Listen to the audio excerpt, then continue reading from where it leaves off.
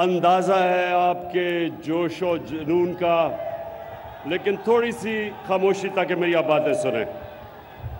अली जैदी, सबसे पहले आपको और आपकी टीम को,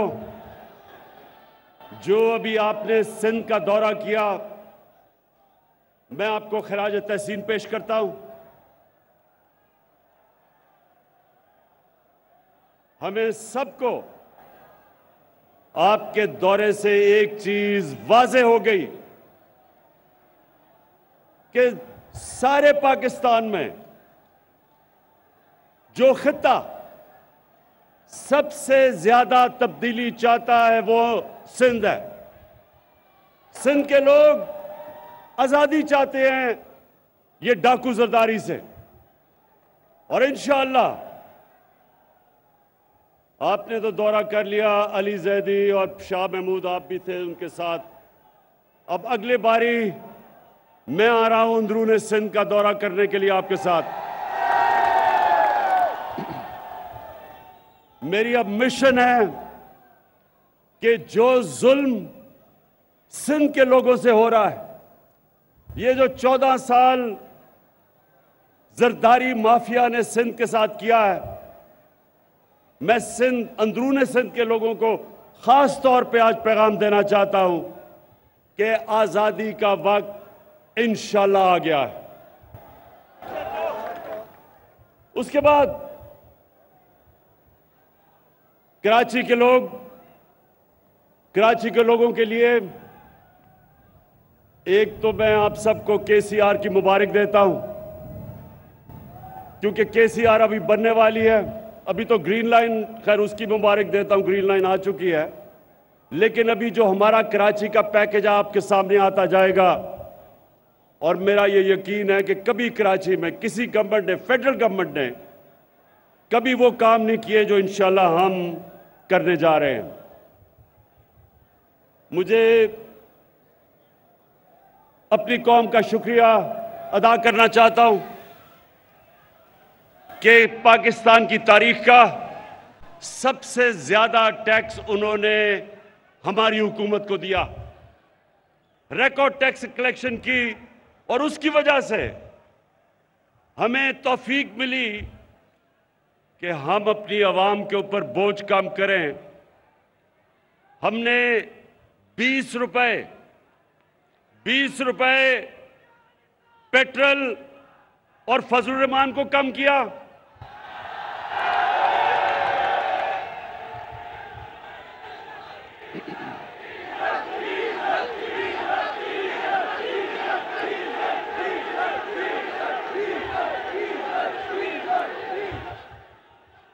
डीजल सस्ता किया,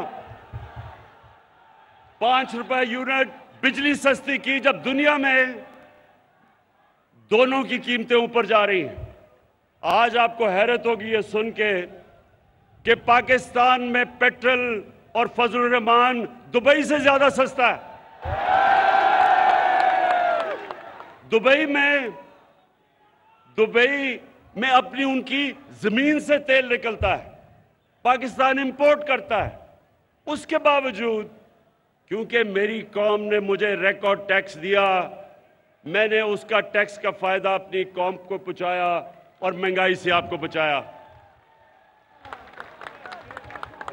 और उसके अलावा अल्लाह का शुक्र है कि हमारा मुल्क सही रास्ते पे निकल गया है। जब तक एक मुल्क की एक्सपोर्ट्स नहीं बढ़ती, मुल्क की दौलत में इजाफा नहीं होता, तो पाकिस्तान की तारीख में सबसे ज्यादा एक्सपोर्ट्स, सबसे ज्यादा टैक्स कलेक्शन, सबसे ज्यादा रेमिटेंसेस और 4 फसलों की सबसे ज्यादा पैदावार हमारे दौर में पिछले साल हुआ। तो अल्लाह का शुक्र है कि हमारा मुल्क सही रास्ते पर निकल गया, और शायद इसीलिए ये जो डाकुओं का गुलदस्ता है, इनको खौफ आना शुरू हो गया है कि ये हर मुश्किल से ये गवर्नमेंट निकलती गई। पहले दिवालिया वाली हुकूमत मिली, बैंकरप्ट, उससे मुल्क को बचा लिया। फिर सदी में एक दफा इतना बड़ा बुरान आता है जो कोरोना वायरस का आया, अल्लाह ने उसे हमें निकाल दिया। उसके बाद अफगानिस्तान का मसला आया, उसकी वजह से या डॉलर के ऊपर प्रेशर पड़ा, क्योंकि डॉलर उधर जाना शुरू हो गया अफगानिस्तान की फिजा की वजह से, कि एक खौफ था लोगों को कि हालात क्या बिगड़ेंगे। डॉलर लिए लोगों ने, तो यहां प्रेशर पड़ा हमारे पे, उससे अल्लाह ने हमें बचाया। फिर अब यूक्रेन, इसकी वजह से और ज्यादा गंदम ऊपर, तेल ऊपर, कोयला ऊपर, गैस ऊपर।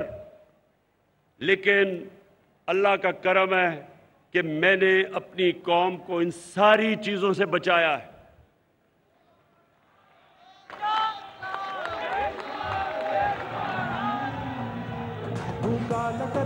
तो अब आज जो मैं आपके सामने बात करना चाहता हूं, मेरे बाशऊर कारकुनों, अब जरा आराम से सुने।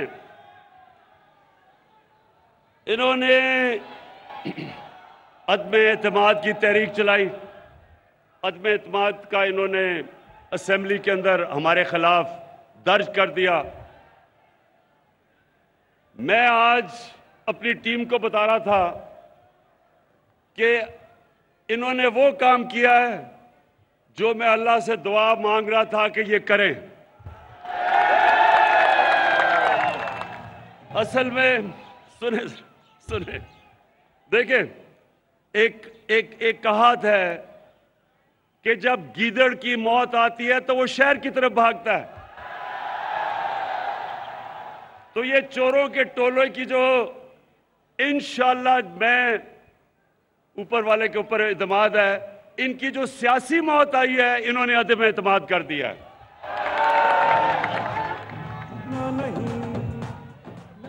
मेरे एक मिनट, कराची के सुनो तो सही, सुनो सुनो सुनो सुनो, कराची के कारकुनों, देखो, आपका जो चेयरमैन है पार्टी का, उसको दुनिया की क्रिकेट की तारीख में 5 या 6 टॉप कप्तानों में माना जाता है। सुने सुने सुने अभी। और क्यों माना जाता है?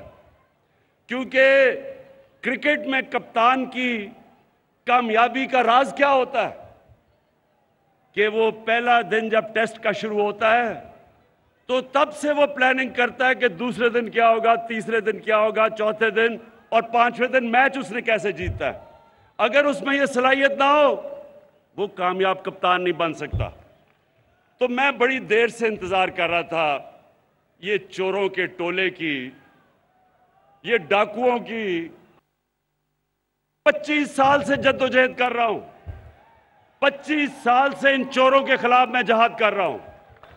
ये पॉलिटिक्स नहीं कर रहा, जहाद कर रहा हूं, क्योंकि मैं अपने मुल्क के लिए इन चोरों के खिलाफ लड़ रहा हूं।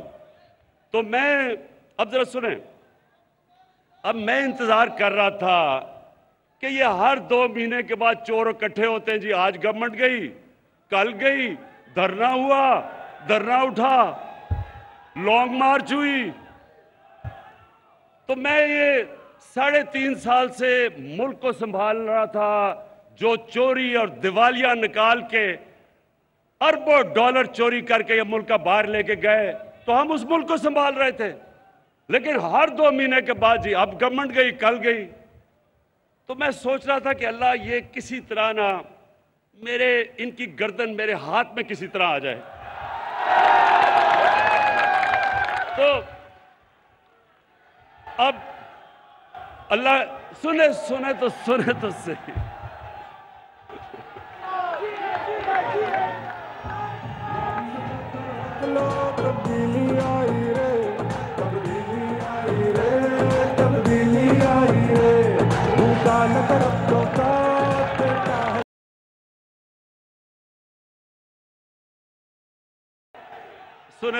सुने, अल्लाह मेहरबान है, रहमान और रहीम है। एक इंसान जो अल्लाह से मांगता है अपनी कौम के लिए, उसकी ज्यादा दुआएं सुनता है। तो ऊपर वाले ने मेरी दुआ सुनी ली और मैं दुआ ही कर रहा था कि किसी ना किसी तरह ये अदम एतमाद की वो दर्ज कर दे। अब क्या होगा, अब जरा सुने, मैं आपके सामने रख रहा हूं। ये उधर आ गए हैं, ये उधर फंस गए हैं, जिधर ये सिर्फ उधर फंसे नहीं है ट्रैप में, ये उधर नहीं फंसे कि सिर्फ ये इनकी अदम एतमाद की तहरीक फेल होगी, ये इधर नहीं फंसे। कप्तान ने आगे की तैयारी की हुई है। अदम एतमाद की तहरीक जब इंशाल्लाह ये जब हम जीतेंगे, उधर मैं रुकूंगा नहीं, मैं इनके पीछे जाऊंगा, मैं इनको छोड़ूंगा नहीं। जो अब तक मेरे हाथ बंधे हुए थे, फंसे हुए थे, कभी ये मसला, कभी दुनिया का, अब जिस तरह मैंने बताया कोरोना आ गई तो लॉकडाउन हो, मेरे अब हाथ, वो जो जंजीर बली हुई थी ना, वो अब खुल जाएगी। और मैंने जरा सुने, पहला मेरा टारगेट होगा जिसके ऊपर बड़ी देर से, जो मेरी बंदूक की नशिस्त पे बड़ी देर से उसके ऊपर आया हुआ, वो है आसिफ अली जरदारी।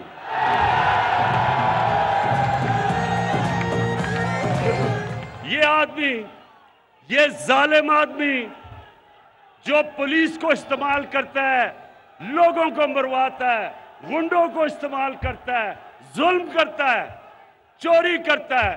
जरदारी सिस्टम में ये हर चीज के ऊपर कमीशन खाता है, सारी दुनिया में बाहर पैसा भेजता है। आसिफ जरदारी, तुम्हारा वक्त आ गया। अब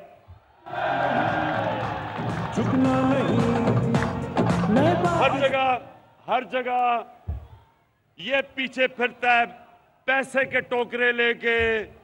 20-20 करोड़ की इसने रकम हमारे लोगों को खरीदने के लिए रखी हुई है। मुझे एक आदमी ने, मेरे मेहमान ने कल आके बताया, जी मुझे उन्होंने 20 करोड़ रुपया ऑफर किया। मैंने कहा ले लेता, पकड़ लो पैसे, हराम का पैसा पकड़ लो, और उसके बाद कोई पनाहगाह खोल देना, कोई लंगर खोल देना, कोई यतीम खाना खोल देना, सवाब मिलेगा तुम्हें। लेकिन जरदारी, ये जो जब तुम्हें नैब बुलाती है तो कमर में दर्द हो जाती है। दूसरी तरफ आपने देखा होगा मकसूद चपरासी वाला। कौन है वो मकसूद चपरासी वाला? मकसूद चपरासी वाला शोबाज, जूते पॉलिश करने वाला, बूट पॉलिश करने वाला, वो इसके साथ मिल गया है, क्योंकि उसको पता चल गया है कि वक्त आ गया है। अब वो जो खींचता गया है, जी मेरी हर रोज जब केस हो, मुझे कभी कोरोना हो जाता है, कभी उसका वकील नहीं आता, कभी कमर में दर्द हो जाती है। लेकिन मकसूद चपरासी वाला, तुम्हारा टाइम भी आ गया है। तुम्हें पता है कि अगले 3 महीने के बाद तुम पूरी तरह जेल में डालोगे, और जो तुमने अरबों रुपया इस मुल्क के बाहर, अपने बेटे को बाहर बैठाया हुआ है, अपने दामाद को बाहर बैठाया हुआ है, फिक्र ना करो, उनको से पैसा हम वापस लाके बिजली की कीमत और कम करेंगे।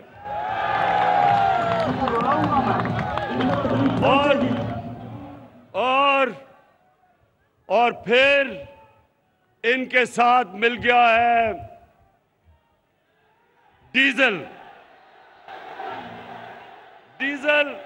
सुने जरा, अब ये सुने, अब इन तीनों की शक्लें देखो, ये निकले क्यों हैं? मुल्क को बचाने के लिए।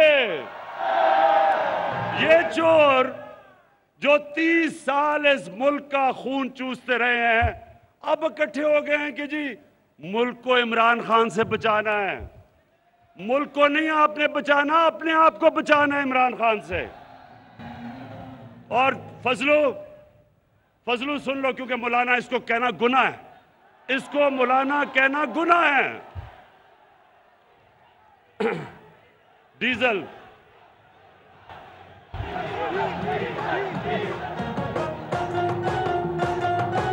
देखें, इज्जत जिल्लत ऊपर वाला देता है।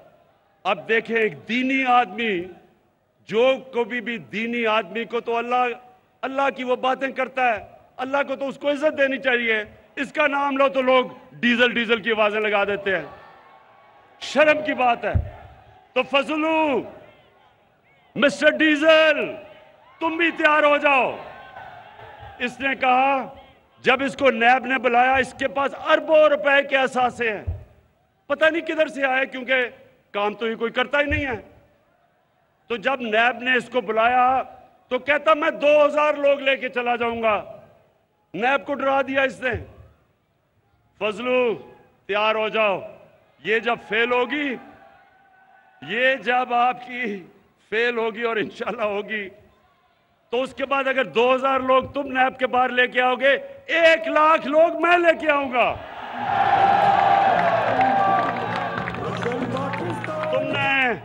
तुमने इस मुल्क का, दीन का काफी, हमारे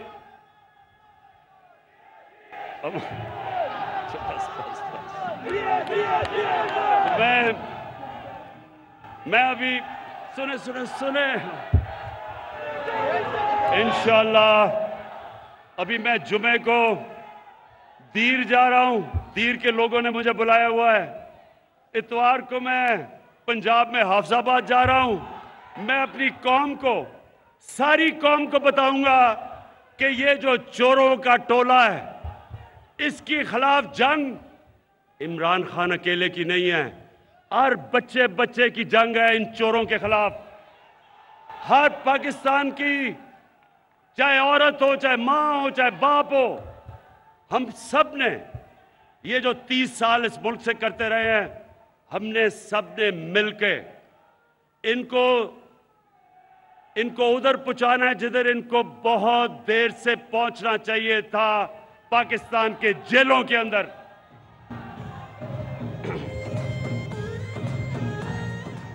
और आसिफ जरदारी, और खुदा का वास्ता है, ये अपने बेटे को खुदा के वास्ते उर्दू तो सिखा दो। 15 साल हो गए हैं, बारिश आता है 15 साल के बाद, चीनी उगता है। खुदा का वास्ता है, मैंने अंग्रेजों को 2 साल में उर्दू सीखते देखा है। 15 साल हो गए हैं, कभी इसे यही नहीं पता कि लड़की आता है या आती है, इसे ये भी नहीं पता अभी तक। और ये टोला, ये चोरों का टोला मुल्क को बचाने के लिए निकला है।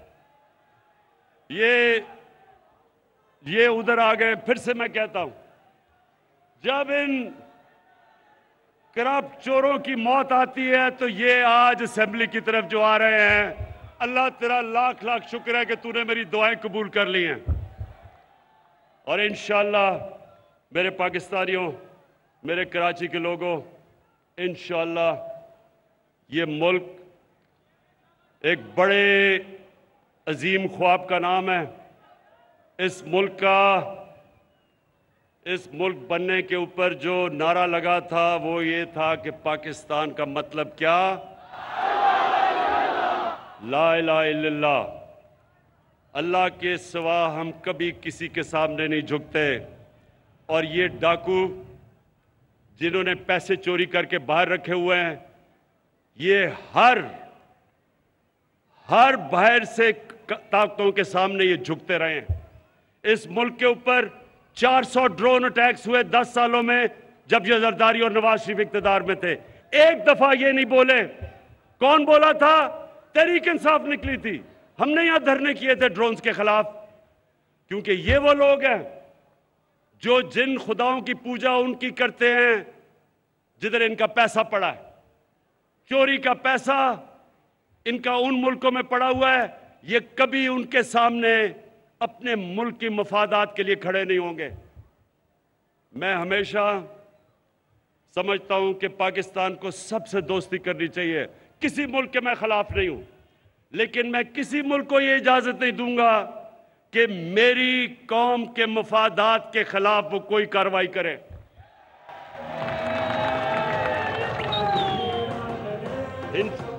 इनका जिनका पैसा बाहर पड़ा है, ये आज बड़ा बोल रहे हैं जी, ओहो इमरान खान ने यूरोपियन यूनियन के ऊपर कुछ कह दिया। मैंने कुछ नहीं कहा, मैंने सिर्फ उनको याद कराया है कि जब हमने आपके साथ आपकी जंग में शिरकत की थी, हमारे 80,000 लोगों ने कुर्बानियां दी थी। हमारे मुल्क में कबायली इलाका हमारा तबाह हो गया था। हमारे लोगों ने नकल मकानी की थी, 35 लाख लोगों ने। मैं इनको सबको याद कराता हूं कि हमने कुर्बानी दी थी। हमारी किसी ने ना अप्रिशिएट किया, ना हमें हमारा शुक्रिया अदा किया। तो आप जब कहते हैं कि अब हम आपके साथ फिर मिल जाएं, मैं सिर्फ तब मिलूंगा जब भी आप अमन के लिए निकलेंगे। मैं अमन के में आपके साथ आऊंगा, लेकिन किसी जंग में आपका साथ नहीं दूंगा। शुक्रिया। वज़ीर-ए-आज़म इमरान खान गवर्नर हाउस कराची में कारकुनान से खिताब कर रहे थे और अपने इस खिताब में, अपनी इस गुफ्तगू में बार बार खुदा का शुक्र अदा कर रहे थे। और उन्होंने कहा कि खुदा का शुक्र अदा करता हूँ कि ये तहरीक अदम एतमाद लेकर आ रहे हैं। मैं यही चाहता था, तहरीक अदम एतमाद इनकी सियासी मौत है। उन्होंने कहा कि जब गीदड़ की मौत आती है तो वो शहर की तरफ आता है। मैं दुआ कर रहा था कि किसी ना किसी तरह ये अदम एतमाद लेकर आएँ, तो खुदा ने मेरी सुन ली है। और उन्होंने कहा कि ये यहाँ नहीं फंसे, कप्तान की तैयारी इससे आगे की है। और जब टेस्ट मैच होता है तो कप्तान पहले दूसरे दिन ये सोचता है कि 5वें दिन उसे मैच कैसे जीतना है। तो इन्हें ये नहीं लगता कि इनका सामना कप्तान से होने जा रहा है। और उन्होंने कहा कि मेरे कैमरामैन को 20 करोड़ की ऑफर हुई तो मैंने उससे कहा कि पकड़ लेते, ये हराम का पैसा था, इससे हम कोई खिदमत कर लेते हैं, अवाम पर इस पैसे को लगा देते। जी बिल्कुल। वज़ीर-ए-आज़म इमरान खान इस वक्त कराची में मौजूद हैं। इससे कबल अहम मुलाकातों का सिलसिला भी जारी रहा और अभी गवर्नर हाउस में वो कारकुनों से खिताब कर रहे थे। और अपने खिताब के दौरान उन्होंने कहा कि अब मैं अंदरूनी सिंध का दौरा करने खुद आऊँगा। इसी पर बात करने के लिए सीनियर तज्ज़ियाकार आरिफ हमीद भट्टी साहब ने हमें ज्वाइन किया। भट्टी साहब, शुक्रिया आपके वक्त का। हम वज़ीर-ए-आज़म इमरान खान की स्पीच सुन रहे थे और काफ़ी इंजॉय भी किया हमने। आपने भी यकीनन सुनी होगी। बहुत कॉन्फिडेंट दिखाई दिए हैं और उन्होंने जिस तरह की बातें की, लगता है उन्हें बहुत शिद्दत से इंतजार था कि तहरीक अदम एतमाद कब जमा होने जा रही है। तहरीक अदम एतमाद अब जमा हो चुकी है। क्या ऑप्शंस हैं खान साहब के पास, आप क्या समझते हैं? मेरे ख्याल में एतमाद से ज्यादा मोहतरम वज़ीर-ए-आज़म इमरान खान साहब बहुत ज्यादा जज्बाती थे। उन्होंने सारे फिक्रों में कहा मेरे जो हाथ बंधे हुए थे अब वो हाथ खुल गए हैं। यहाँ तुम वजह बता देते हैं कि अपोजिशन की तमाम लीडरशिप कमो बेशतर गिरफ्तार उन्होंने कर ली थी, नैब ने पकड़ ली थी। वो हाथ की बंदिश मुझे नहीं इनके इस फिक्रे की समझ आई। अदरवाइज तो वज़ीर-ए-आज़म पाकिस्तान है, उनका हक है जो मर्जी बोले, लेकिन इस तरह अपोजिशन के लोगों को तू तरा डाकू चोर कहना मेरा ख्याल है वज़ीर-ए-आज़म के मनसब के लिए मुनासिब नहीं है। उन्हें ये बातें करनी चाहिए थी, क्योंकि